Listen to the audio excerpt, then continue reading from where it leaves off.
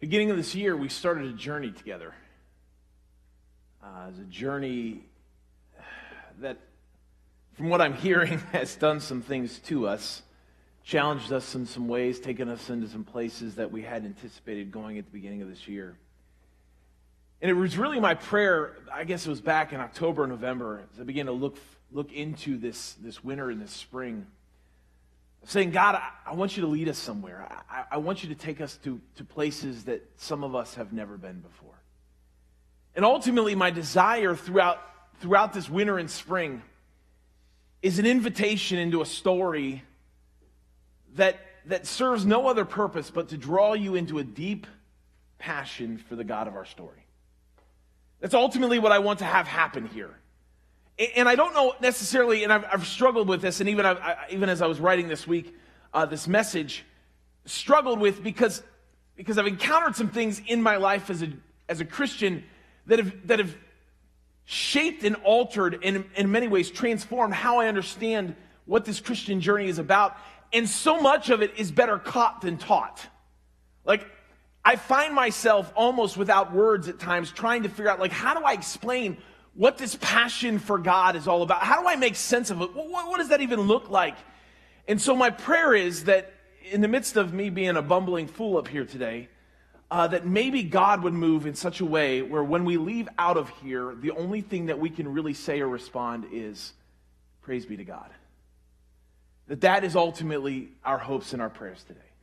That God will have had his way with us in some way, that all we can say as we walk out of this place is, God, you are faithful, and it's you that I want to get to know. And so beyond the information that we communicate over the next few weeks, it's really about transformation. It's really about an encounter. It's really about creating the kind of environment where God is free to move and in a sense, to wreck you. Because I do believe that rich, deep encounters with God wreck us. They leave us radically different than we would have ever been otherwise. And so I've been praying for you this week that God would wreck you, that God would mess you all up, that God would do something deep in you where he reveals himself to you in ways that you've never experienced before. That's my hopes. That's my prayers. So let's pray to that end this day. Father, we trust you with what's about to happen. We're not in control of any of it. It's you and you alone. So Lord, I'm going to get out of the way and trust your Spirit. I'm going to ask that you would use this imperfect vessel, despite my inabilities and my inadequacies, to faithfully communicate some amazing news about a God who stands at the center of our story, a God who longs for us, and a God, if we'll give him space, will absolutely wreck us. And so, God, do your thing now. Have your way. And we give you glory in the name of the Father, Son, and the Holy Spirit, as was, beginning, is now, and will be forever.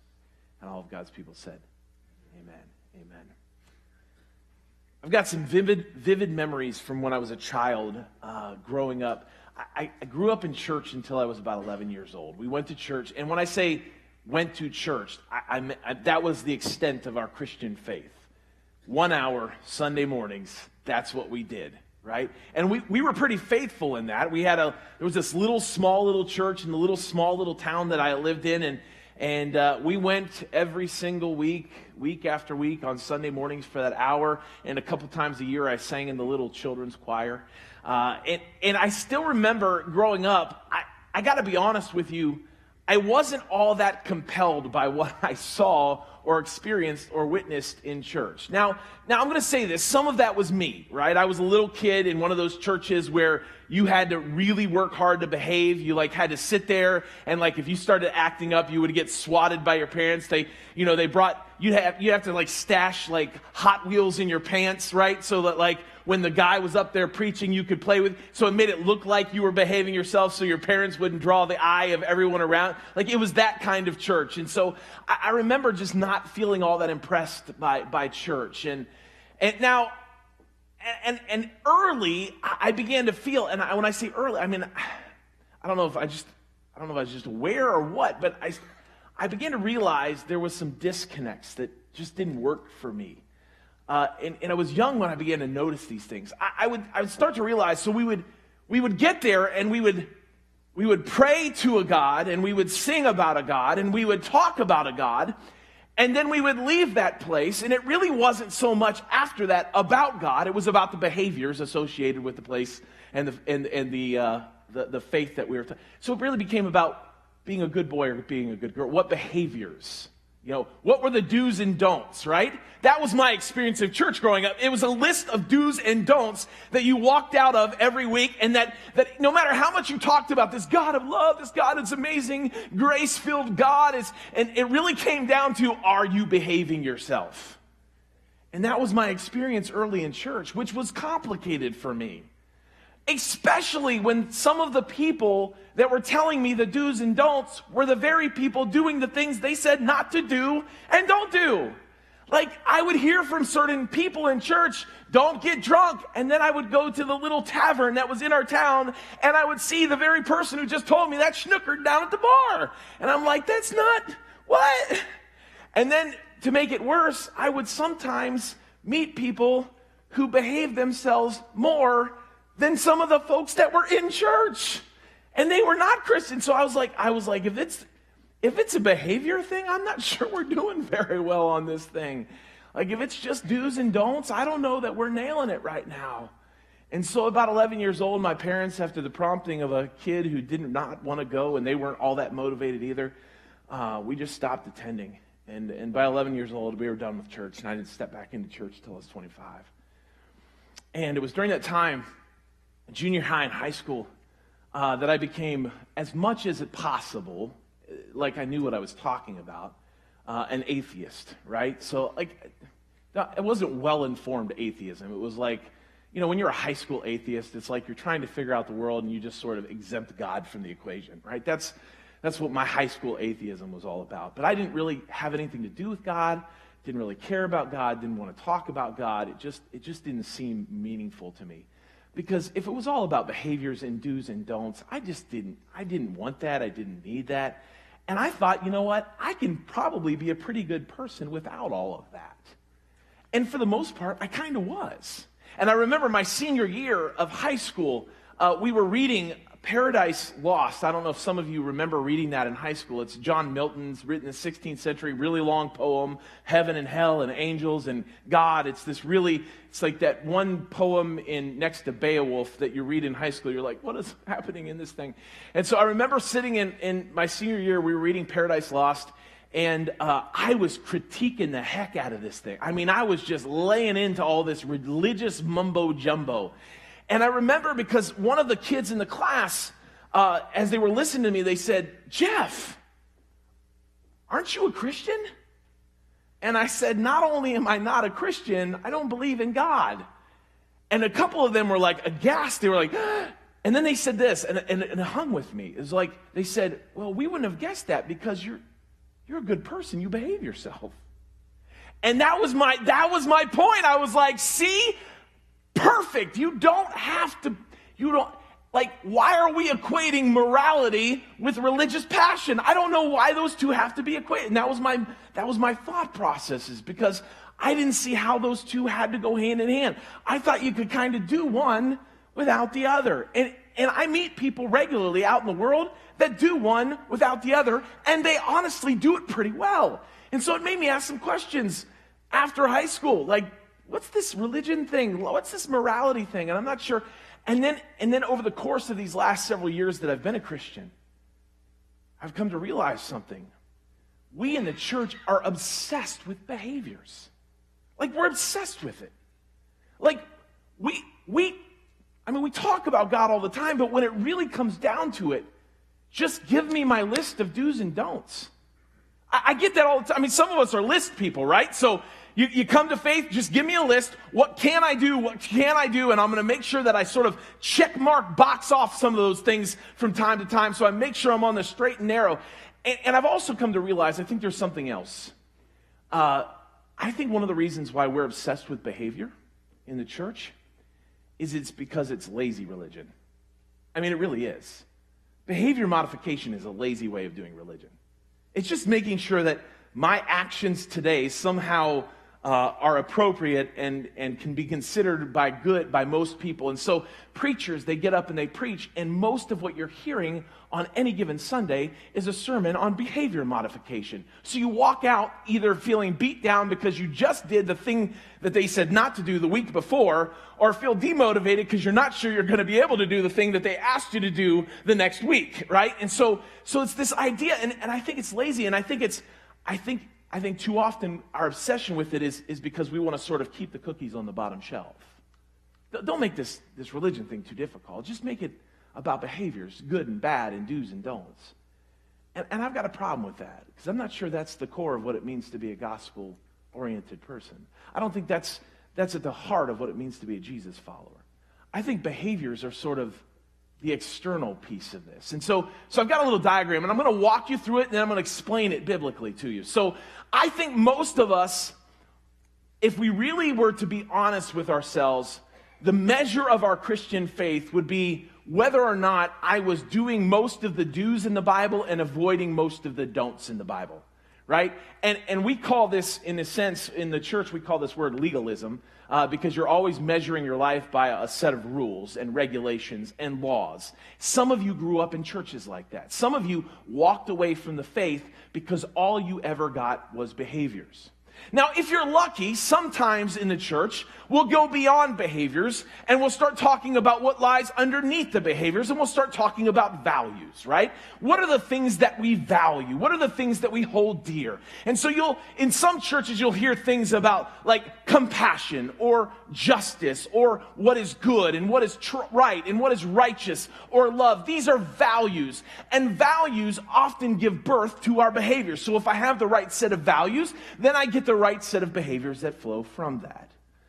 But I'm still not compelled by that, because there's still a lot left up for grabs, and a lot about how we define those values. So if you're really lucky, then you're a part of a church that moves beyond behaviors and values to maybe even identity, right? So then you ask the question, not just about what do I value and how should I act, but who am I in this world? And so identity, that's at least a start, right? Like, I'm asking the right questions. Who am I as I exist in this world as a person who has faith? How is my life supposed to be lived out so that my values are in place and my behaviors are in alignment with that? But I'm still not compelled. And for me, it's the last piece.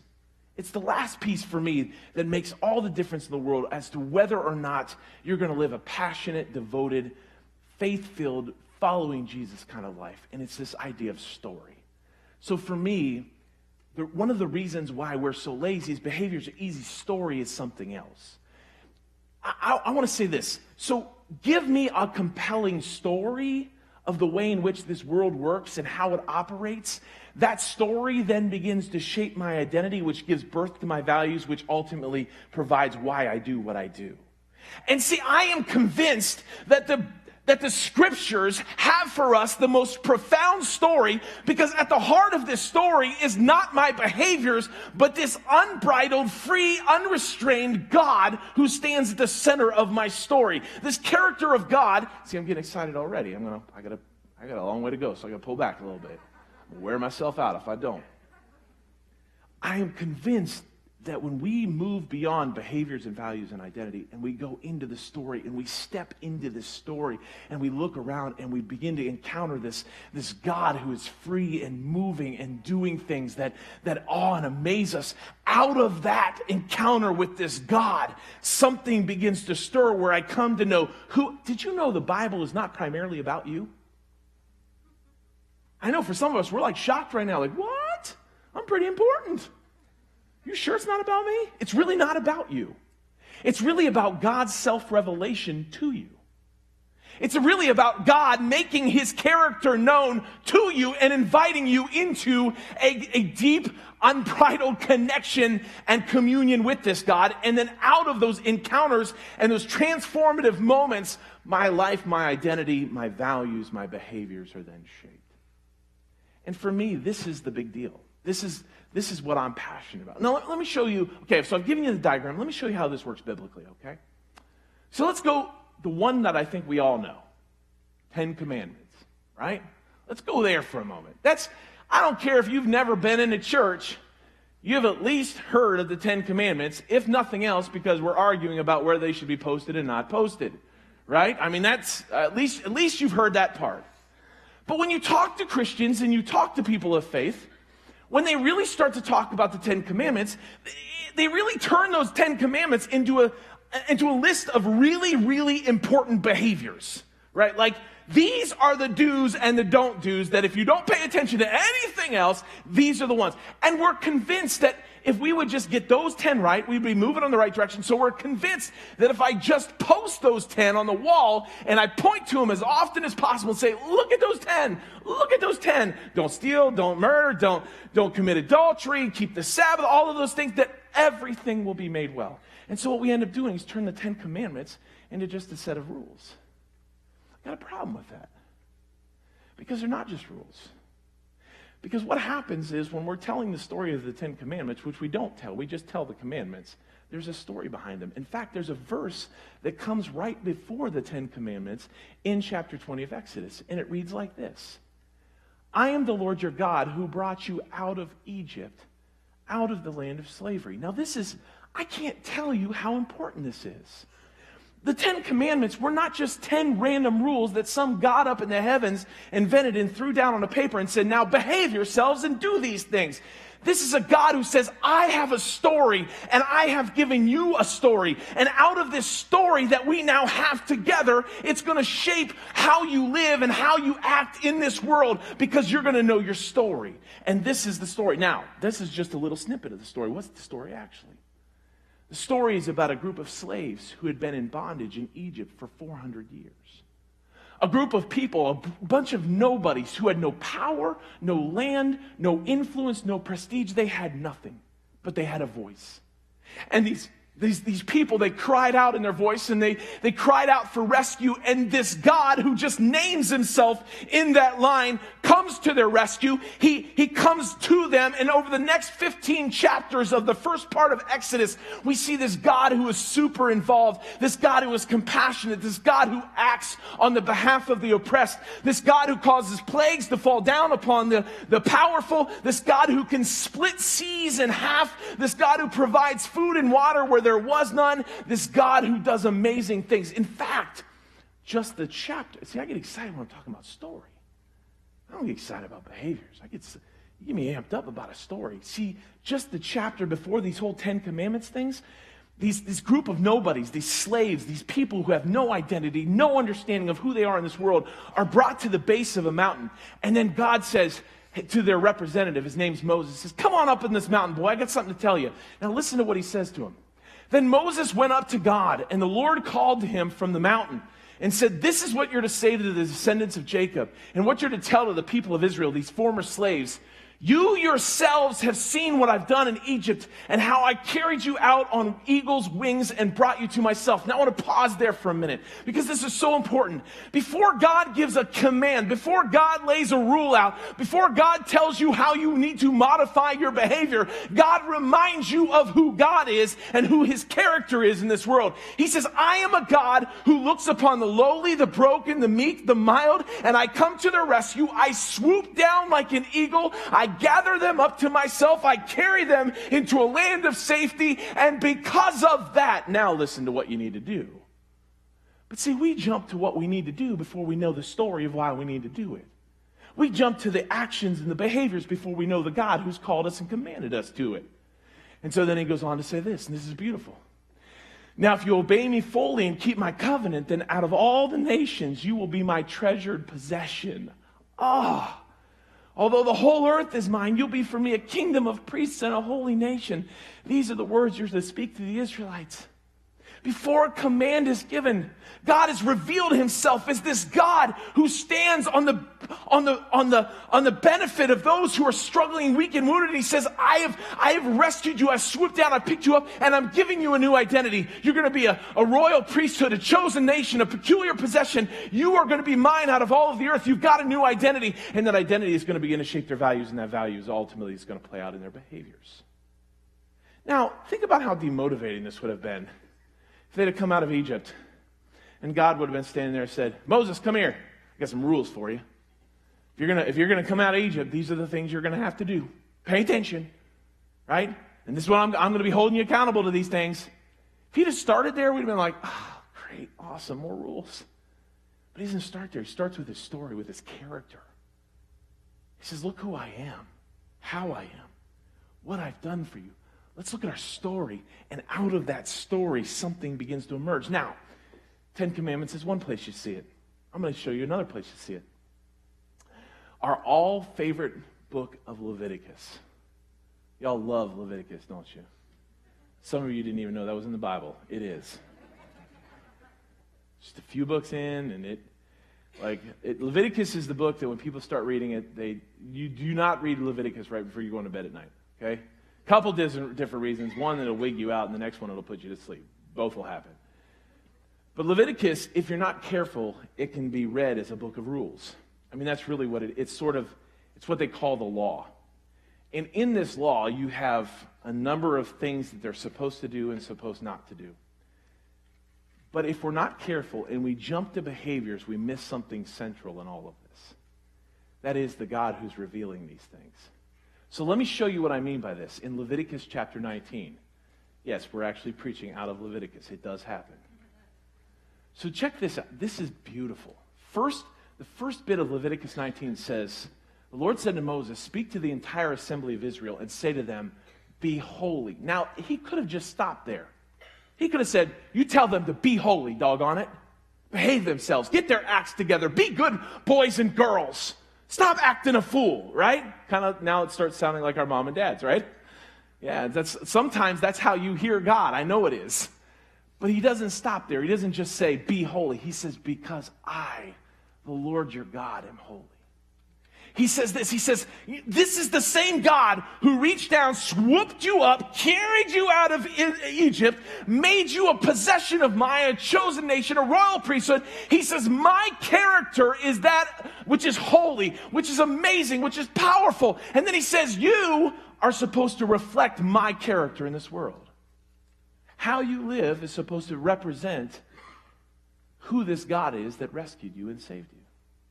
Holiness isn't just an act or behavior. Holiness is a reflection of a story. Holiness is about a life lost in the story of God with this incredible encounter with God. And you stand in awe of this God. And then that God stands before you and says, and you are to reflect me in this world.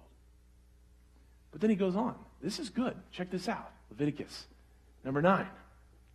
When you reap the harvest of your land, do not reap to the very edges of your field or gather the gleanings of your harvest. Do not go over your vineyard a second time or pick up the grapes that have fallen. Leave them for the poor and the foreigner, for I am the Lord your God. Now I love this. Listen, I'm not dumb. If this is just a behavior, any one of you small business owners right now is going, yeah, that's a dumb behavior.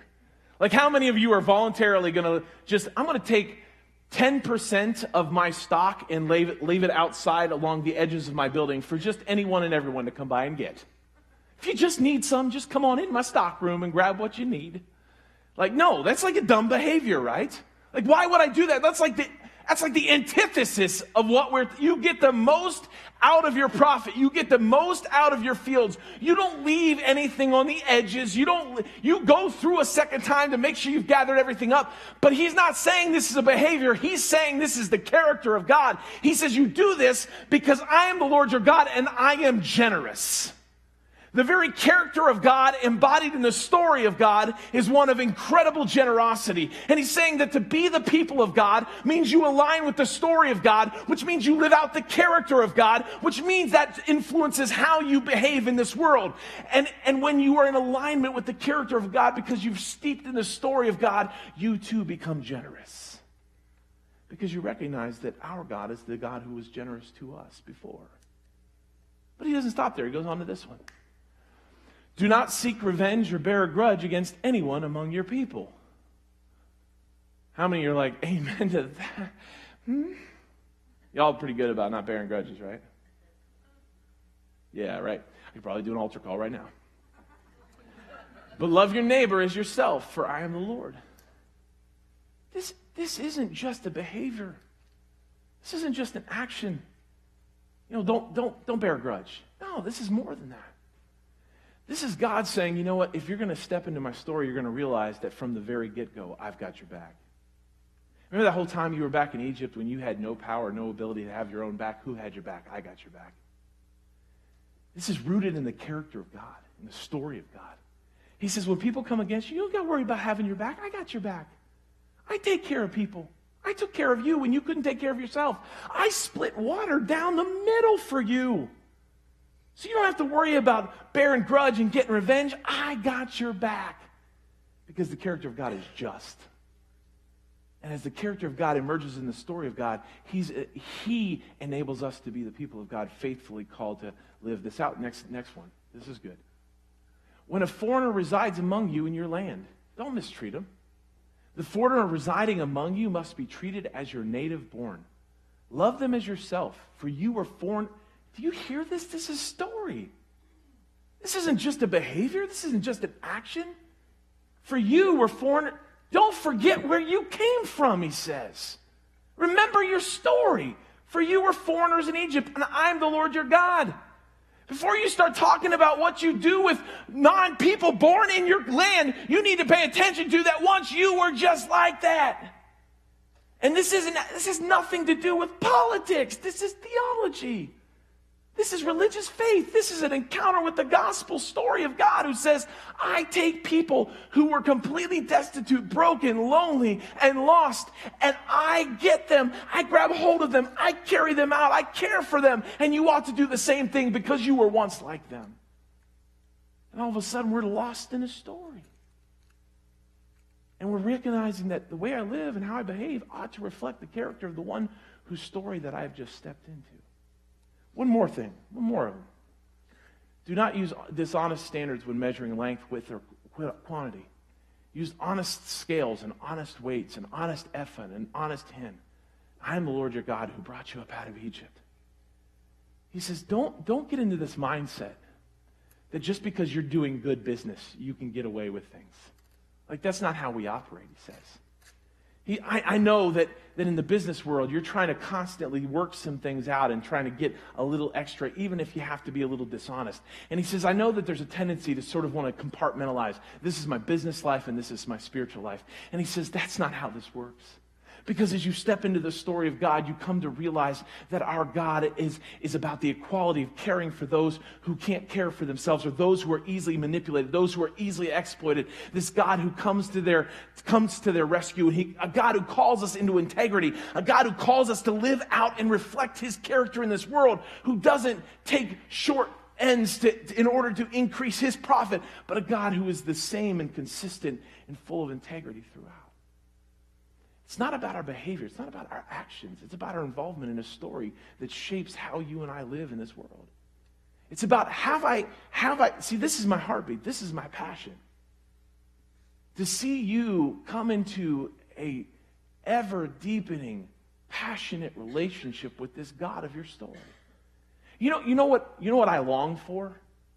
Is for us to get obsessed with the story of God, the Bible. And not because we want to know some random verses that we can throw at. I love watching Christians argue on social media. Man, we are a pain in the rear. Because here's what we do. We pull out these little individual verses that are really about behaviors, and we start throwing them out at each other. And we're like, no, this behavior says to do this. And the next one's like, nuh-uh, because this one says to do this. And you know what we sound like in Christians as we're arguing? Nuh-uh, uh-huh, nuh-uh. And like, oh, come on. Is that what this is about? And I want to scream, pay attention to the story as a whole. The God of the story, the character that's to be reflected in the story. That's my desire. That's my hunger. I'm going to say this, and I hope you all don't take the wrong way. My desire as a pastor, I really don't care how y'all behave. That's not my job. And I am not going to give my life away trying to get you all to act right. That's a tough work for some of y'all. Whew. I wasn't looking at you, John. Don't worry. I'm just not doing that. That's not where my heartbeat is. My heartbeat is to create space where you have these incredible interactions with God. And in those encounters with God, God begins to do a work that the preacher can't do. So that when you walk out of this building, you're not going, man, the preacher really told us some good information and got us acting straight. No, you're like, did you see what God did? God moved and he showed up and he revealed himself, and I don't know what to do with that. And it was amazing, and it was powerful. And I want that revelation of God to be consistent and constant throughout your life, throughout time, so that the way he reveals himself to you now is growing and deepening as he reveals himself to you here and then here, and you're coming to a deeper understanding of who this God is that you're giving yourself away to, this God that you're entrusting yourself to. See, I think too often when we talk about wanting to know God, we want a static representation. God, show me who you are once and for all so I can get this straight. God doesn't operate like that. God doesn't show himself to us once and for all. You know why? Because he knows that the moment we get a static representation, we'll turn that sucker into an idol. We'll say, I know exactly what God is. He's right here. And he's saying, no. You're going to live in a dynamic relationship with me in which I'm going to reveal myself little by little by little by little until you get this beautiful, amazing picture of who I am. I often say to people, and this sounds weird as a preacher to say, but I want to know less about God at 70 than I do right now. I want to know less about God at 70 than I do right now. Because the God I serve, I want him to continue to get bigger and more beautiful and more powerful and more loving and more compassionate. I want to recognize that I'm standing at the edge of the Grand Canyon and I'm seeing about this much. I want to recognize that this God who I'm called to serve and worship is beyond my wildest imagination. He's unbridled, he's unrestrained, he's uncontained, and he is free to be who he chooses to be. And he's invited me into a story, and as I step into that story and I look around and I find my place in that story, and I find my place in front of this God, that he so transforms me so deeply that my identity changed, that my values changed, that then I start acting a certain way. I want to make sure I don't get the cart in front of the horse. All right, almost done. One more thing. Now I got to preach for a minute. This is really important. So this God who calls them up and gives them those 10 commandments is hanging out on the mountain with Moses a little bit too long. They're up there kind of chilling and talking. And the people down in the valley, they get a little anxious. They're not willing to wait on God. Any of y'all had trouble waiting on God before? Yeah, no, I'm sure you're pretty good at that too, right? So when they got tired of waiting on God, they said to Aaron, the priest, they said, hey, can you make us a God? Would that be all right? Because we don't know about that God up in the cloud. We want a God that we can get our hands around, God that we can control. And so he says, come make us gods who will go before us. As if for this fellow Moses who brought us out of Egypt, who knows what happened to him? I love that. He's up there with that cloud somewhere, mountain. So Aaron says, here, bring me your gold. I'll pour it into a mold, and we'll have a God. And so he pours their gold, melted gold, into the mold of a calf, of a cow. And he breaks the mold, and he puts it on display in front of everybody, and he says, now this is your God. Now the God who had brought them up out of Egypt was hanging with Moses on the mountain, and he was talking to him, and then all of a sudden he looks down in the valley and he says, holy cow. I've been waiting all morning for that one. And Moses is like, what? And he's like, no, holy cow. Like, they've built a cow. And this is so good. So, yeah, I really do make myself laugh. Moses has a moment. If you read the story, he's a really big moment. He looks down, sees what they're doing. He rushes down the mountain. He's holding these two big stone tablets that have the law on them. And he has a temper tantrum, and he breaks them. But it gets worse, because then this is super dramatic. You're probably not going to believe me, so you just got to read Exodus 32, 33, and 34. So Moses goes down, calls the Levites, or the holy people, together, and he says, the Lord God has commanded us to kill all of these people for their idol worship. Now, if you read the text carefully, there is no evidence that God had actually commanded Moses to do that. We don't ever hear God saying to Moses, go do this. But Moses says to those, God told me to do this. And it made me, when I read that passage, ask the question, sometimes the violence we do in God's name is just violence that we do, that we just call God. And so he goes through and he kills a bunch of people. It's bloody, it's messy, it's nasty. And then he goes back up on the hill and he has another moment. He's like, if you're going to blot these people out, blot me out too, because I'm nothing. And then God begins to move, and God says, I'm going to send you up ahead. I'm going to send you on, but I'm not going to go with you. I'm going to stay here. Y'all are too much. You're stiff-necked people, and I can't even put up with you. Your behaviors are so bad. I can't even deal with you. And Moses cries out, and he's like, no, if you don't go, I'm not going, because you're the only thing that makes the difference. And then this God begins to talk about his character. And I love, there's this beautiful moment. There's this moment in the story. This is the moment for me that makes all the difference in the world. They had misbehaved, and now they'd paid a punishment.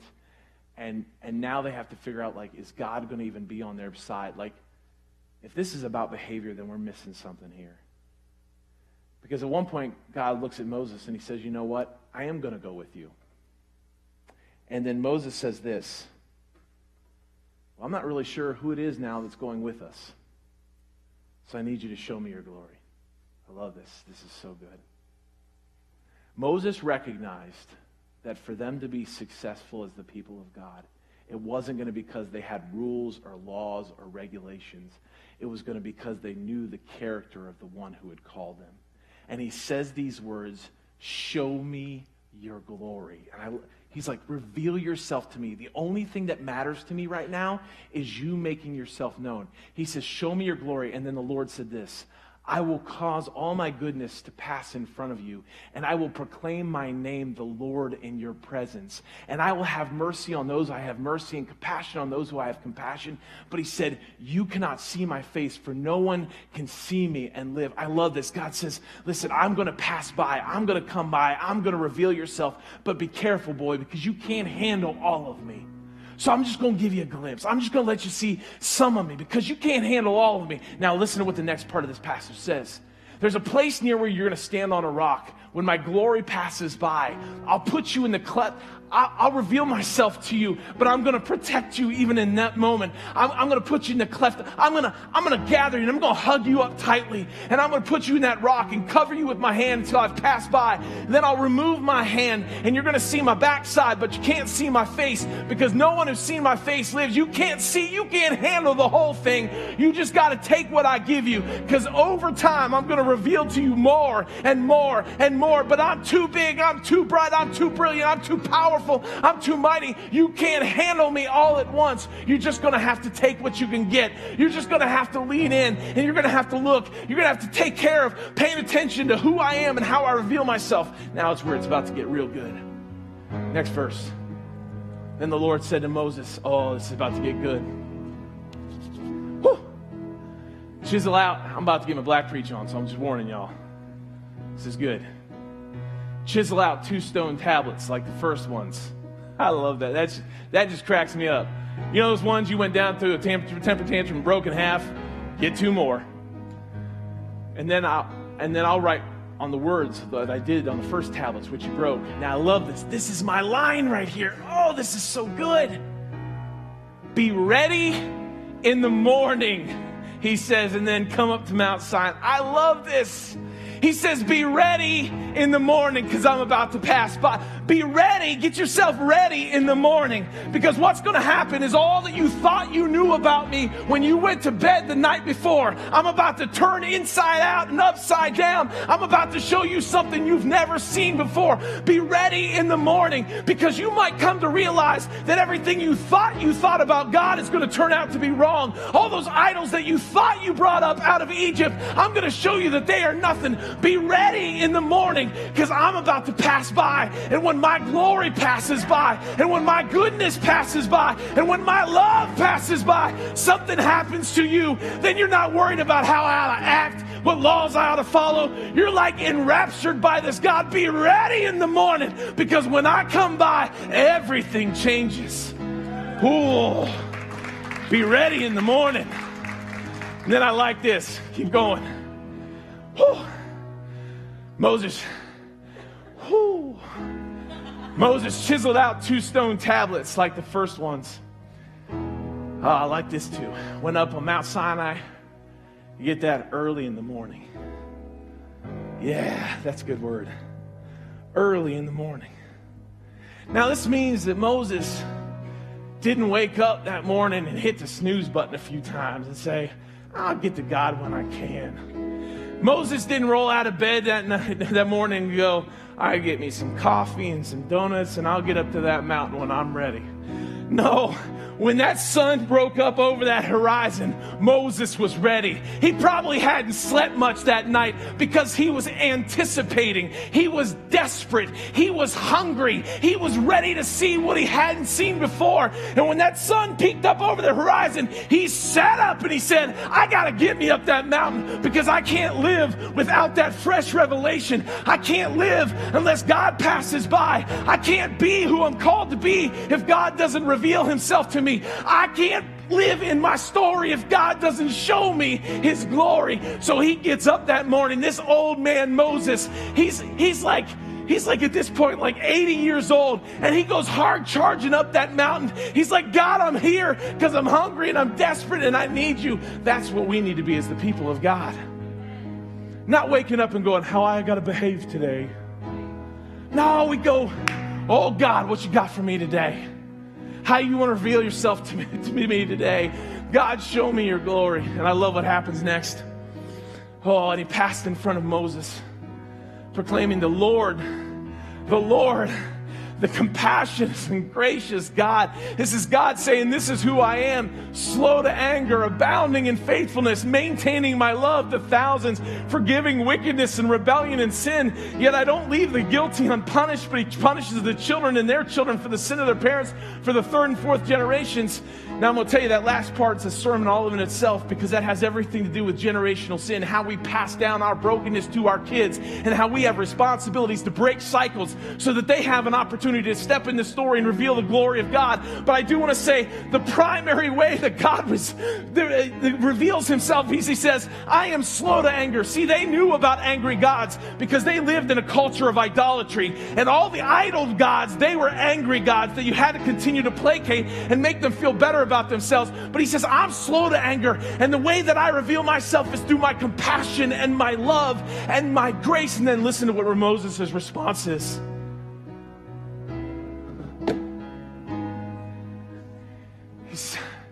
I've bowed down to the ground and once worshiped. I said, Lord, if I found favor in your eyes, then let the Lord go with us. Although this is a stiff-necked people, forgive our wickedness and our sin and take us as your inheritance. When the God who gets you up early in the morning passes by, he wrecks you. That's what happens, is he comes by and he wrecks you. You're not wrecked by behavior. You're frustrated by behavior. You are wrecked by God. And when God wrecks you, your identity changes. And when your identity changes, your values change. And when your values change, it produces a set of actions and behaviors that more adequately represent and reflect the character of the God that just passed by. That's why we do what we do. Not to be good boys and good girls, but because our lives are saturated in this story where the glory of God passes us by and leaves us transformed, and out of that we are wrecked. And I will tell you, if that starts to become your journey, I know what's going to happen. You're going to get your Bible in the morning. You're going to be sitting on your recliner. You're going to be like, I'm going to have a little time with Jesus today. And you're going to dare to pray that prayer. You're going to say, all right, God, show me your glory. And he's going to come by. And I'm going to tell you, he's going to come by that morning for you, and he's going to wreck you, and you're going to be sitting in your living room on your knees, and you're going to be weeping, and you're going to be going, God, is this truly who you are? God, is this how big you are? And you're not going to know what you're doing with yourself, and you're going to have tears, and you're going to be snotting and slobbering all over the place, and then somebody else in the house is going to get up, and they're going to come in, and they're going to think you were crazy. Let them think it. Let him think it. Get so obsessed with the God of your story that no matter how crazy people think you are, let them think it. because you got a taste of the big God of our story. You got a taste of his goodness. You got a taste of his love. You got a taste of his compassion. And it was too much for you to swallow. So it brought you to your knees before him and says, God, who am I that you've called me? But God, help me to live the kind of life that somehow reflects the goodness that just came by. I don't care how y'all behave. I do care that you're wrecked by God. I do care that you have these encounters with God that just change and transform you all the way through. I do care that you pop out of bed in the morning and you go run into the Word of God and you say, God, I'm getting in the Bible not to check it off my list, but because I need your glory to pass by. I do care about that. Because then when we walk out of here into the community, people are going to go, you know them Bridgeway folks. Now, they're not going to say, you know those Bridgeway folks that behave themselves. We know better than that. They're going to say, you know those Bridgeway folks, those ones that are obsessed with God, passionate for God. That's, okay, I got to stop. We got to be done. I can keep going, but I'm not going to. So I'm going to call the worship team out here. And as they come, we got one more song we're going to sing. I got no way to end this except for that some of you may be sitting here saying, you know what, it's been a long, long time since I've had a fresh encounter with God. It's been a long time since he has passed by me and shown me his goodness and his love and his grace and his compassion and his justice and his mercy. It's been a long time since I've been lost into the story. Or maybe you're here for the first time and you're like, you know what, I thought it was only about behaviors and I'm not very good at behaving myself. But if it's about a passion for a God who may change me from the inside out, that I can get into. So maybe today is just the day as we sing this song that you say, you know what, I need a fresh glimpse of God. Maybe today would be the day that you'd cry out like Moses and say, show me your glory. Pass by me in this place and reveal yourself to me. So I want to invite you to stand with me. As we sing this song, I'm going to invite you. I don't know how you need to do it. I don't really care how you do it. You know, I love this. When Moses met with God in that way, it was a very personal encounter. Y'all got to stop paying attention to what everybody else around you is thinking and what they might be, saying about you. If you kneel down at your seat, or if you start crying a little bit, or if you start coming up here and just falling on your face before God and saying, God, reveal your glory. This is a personal thing between you and God. But I'm telling you, if he reveals himself, even his backside, even just a little bit, it will wreck you and change you and transform you and make you different. So as we sing, I'm just going to invite, however you need to, if you need to come here and pray and just cry out to God, there's space up here. Father, simple prayer. Show us your glory. Pass on by today and reveal yourself to us in a fresh new way.